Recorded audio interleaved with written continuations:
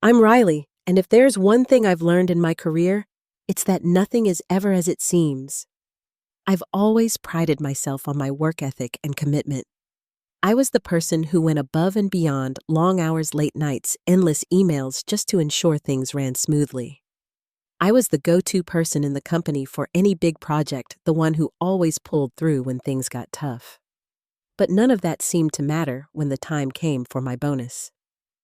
The first hint that something was off came when I was called into my boss's office for what I thought was just another routine check-in. I walked in, greeted him with a smile, and handed him the store-bought cupcake I'd picked up on the way. It was his birthday after all. I wasn't exactly thrilled about the situation, but I tried to keep it light. He smiled, gave a laugh that sounded like it was coming from a malfunctioning blender, and motioned for me to sit down. I thought we were going to talk about a new project I was excited about, but instead, he slid a stack of papers across the desk. He started talking about numbers, my numbers. My performance was solid, but not exceptional this quarter. I had brought in 61% of the company's revenue, a figure that anyone would consider impressive. But somehow he decided that I was only responsible for 41%. I tried to stay calm as he explained how my biggest account was being reassigned to a colleague, Chad, who had done absolutely nothing to earn it. His hands were covered in frosting as he shoved a piece of cake in his mouth, and without missing a beat, he dropped the bomb. Legal wants to clean up some contract language. Your commission's going to be on hold while we sort this out. I sat there staring at the red frosting on his lips, trying to maintain my composure. The frustration was boiling inside me, but I forced a smile. I'm sure it'll work itself out, I said, trying to keep my voice steady. I knew exactly what was happening, though. This wasn't the first time I'd noticed discrepancies, the subtle ways my contributions were being diminished, all while others took credit for my work. And I wasn't going to let it slide. As I walked back to my desk, I felt a wave of anger wash over me. I had worked tirelessly, made sacrifices, and yet here I was, being pushed aside like my efforts meant nothing. It wasn't just about the bonus. It was about the constant erosion of my value, the way I was being treated like a cog in the machine. That day, I decided I wouldn't take it anymore.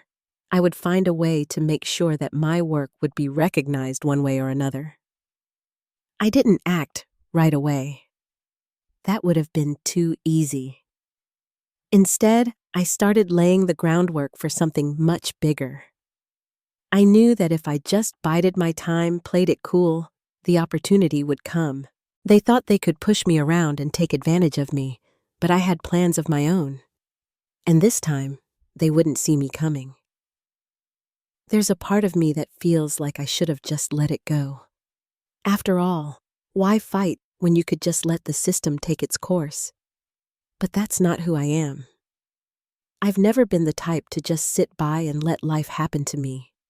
I've always taken control of my own destiny, even when it felt impossible.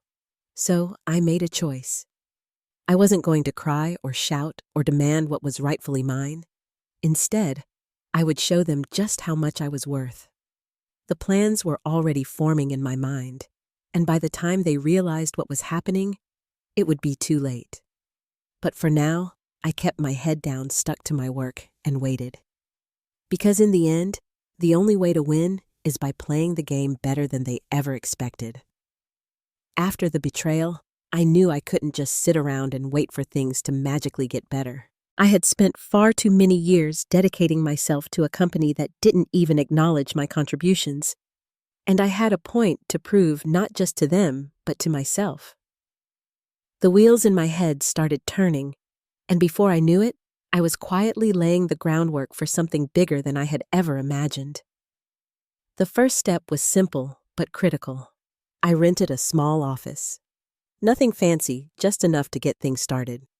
I wanted a space that felt like my own, a place where I could finally build something from the ground up without interference. It was a tiny step, but for me it was a giant leap away from the world I had just walked out of. The next piece of the puzzle was assembling a team. I knew I couldn't do this alone, and I wanted people who believed in the same thing I did: loyalty, integrity, and hard work. I reached out to a few trusted individuals, people who had worked alongside me before, and the conversations were always the same. They wanted out too. They had seen the cracks in the system, the unfairness, and they were ready to take that leap with me. The team came together quickly, and with each new addition, I could feel the momentum building. What amazed me most during this time was how easily the pieces began to fall into place. I knew the ins and outs of the industry better than anyone, and I had an advantage that most new businesses didn't: insider knowledge. I knew what my former company was doing wrong, and I was going to make sure I did everything right. Every contract, every client, every negotiation, I approached it with the precision of a strategist. I wasn't just building a business, I was building a fortress that would stand tall in the face of all those who had ever doubted me. The sense of satisfaction that came with each little victory was intoxicating. There was something incredibly empowering about doing it all myself from scratch, with a team that trusted me. We worked long hours sometimes until the early morning, but it never felt like work. It felt like a mission. The passion and excitement were contagious, and before long, we were attracting clients who had once been loyal to my old company. They saw the potential in what we were building, and I could see the fear in the eyes of my former colleagues as they realized what was happening. Patience became my most valuable tool. I didn't rush. I didn't need to. There was no point in forcing the issue when everything I needed was slowly coming to me. I had a clear vision, and I knew that in time, the success I wanted would be mine. The longer my old company struggled, the more they tried to patch up the holes in their sinking ship, the stronger I became. The clients, the reputation, the trust, these were things that couldn't be bought. They had to be earned, and I was doing just that. Looking back, I can't help but laugh at how naive I was when I first walked into that office all those years ago, eager to prove myself. But now, every little piece of the plan had fallen into place. The company that had once treated me like I was disposable was now my greatest motivator. I was finally on my way to building something of my own, something better. And I wasn't just seeking revenge. No, this was more than that. It was about reclaiming my power and proving to myself that I could do this on my own. Every step I took, every decision I made felt like a small victory. And I wasn't going to stop until I had built an empire that would not only rival my old company, but surpass it entirely. It didn't take long for the cracks to show. At first, it was subtle small things like clients questioning the quality of service or taking longer to respond. But within a few weeks, the tide began to shift, and it became impossible to ignore. The first major blow came when one of the biggest accounts I had helped secure sent an email announcing they were parting ways with Barford. It wasn't just the loss of the contract, it was the way they phrased it.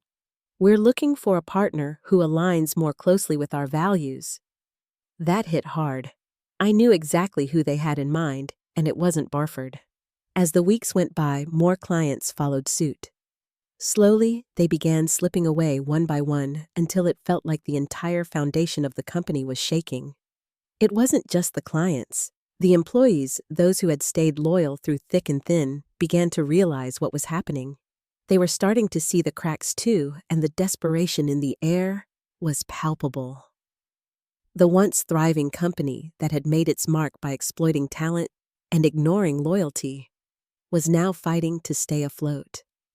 From my position, I watched it all unfold, and I couldn't help but feel a sense of satisfaction.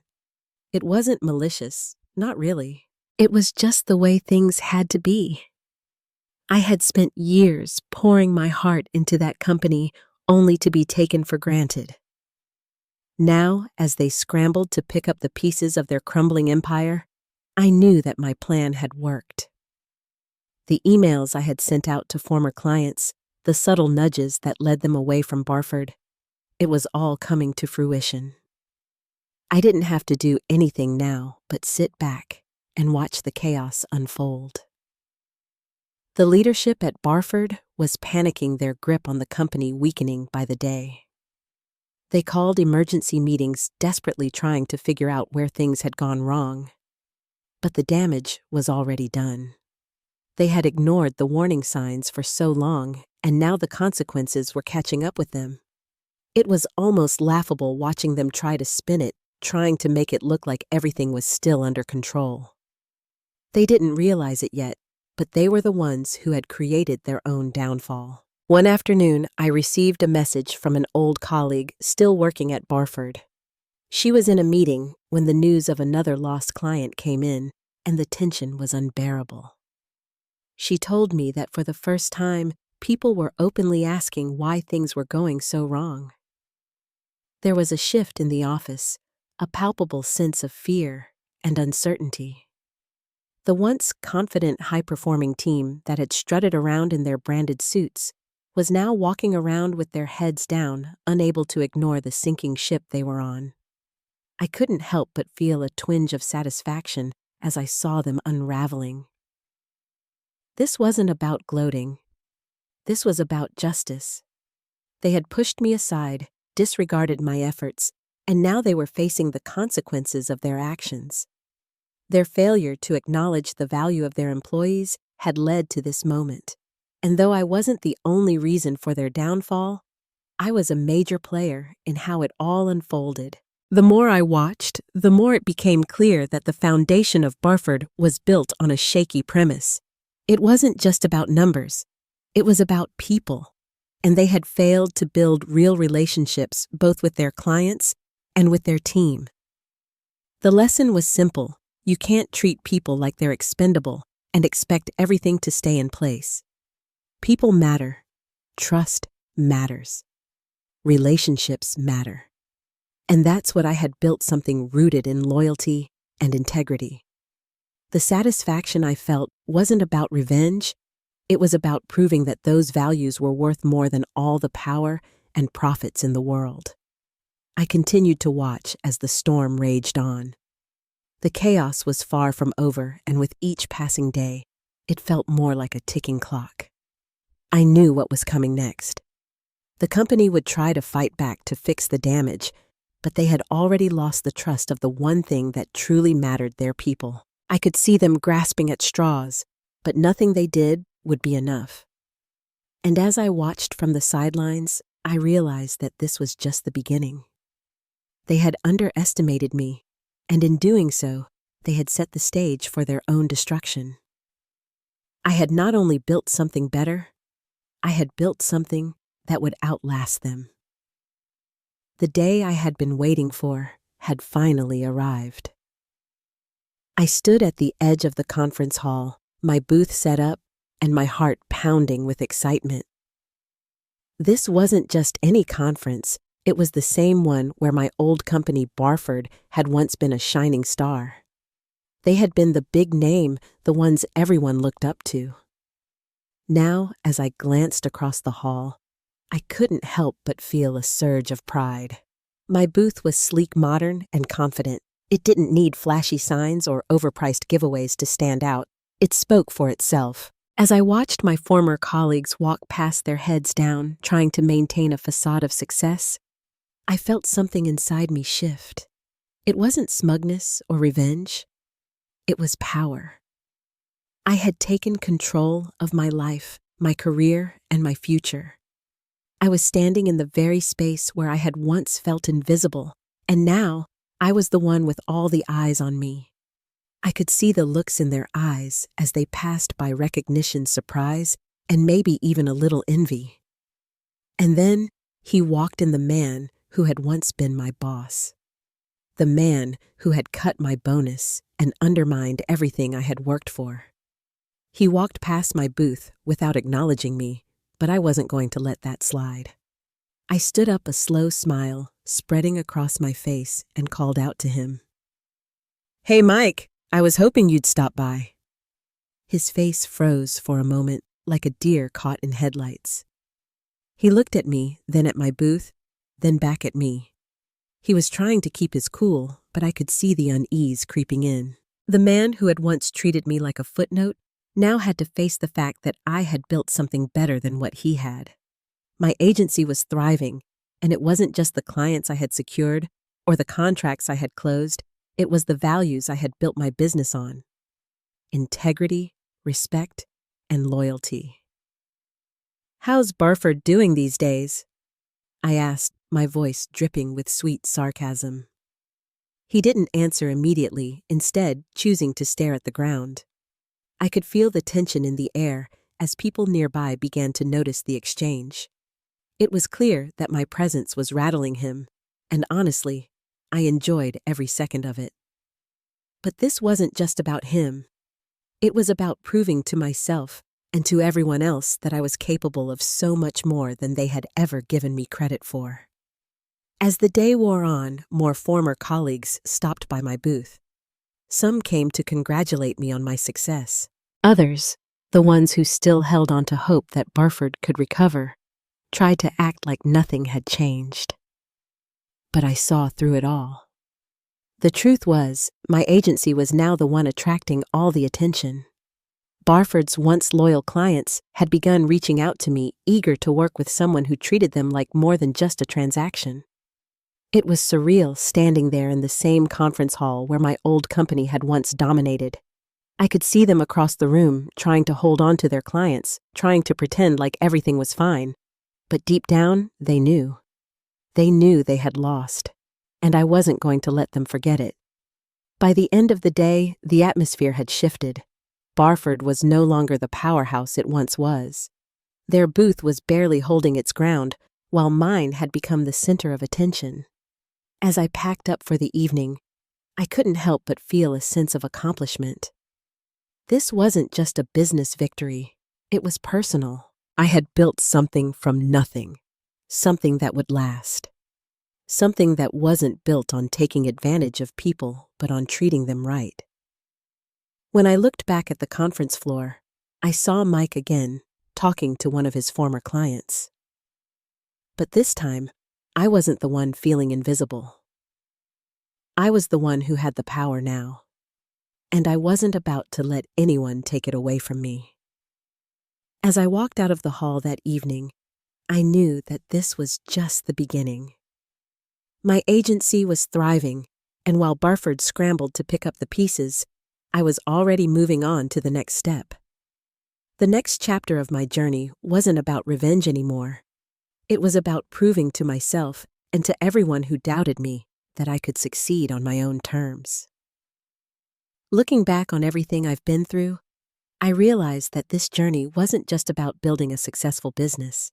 It was about learning how to stand up for myself, how to believe in my own worth, and how to never let anyone take that away from me.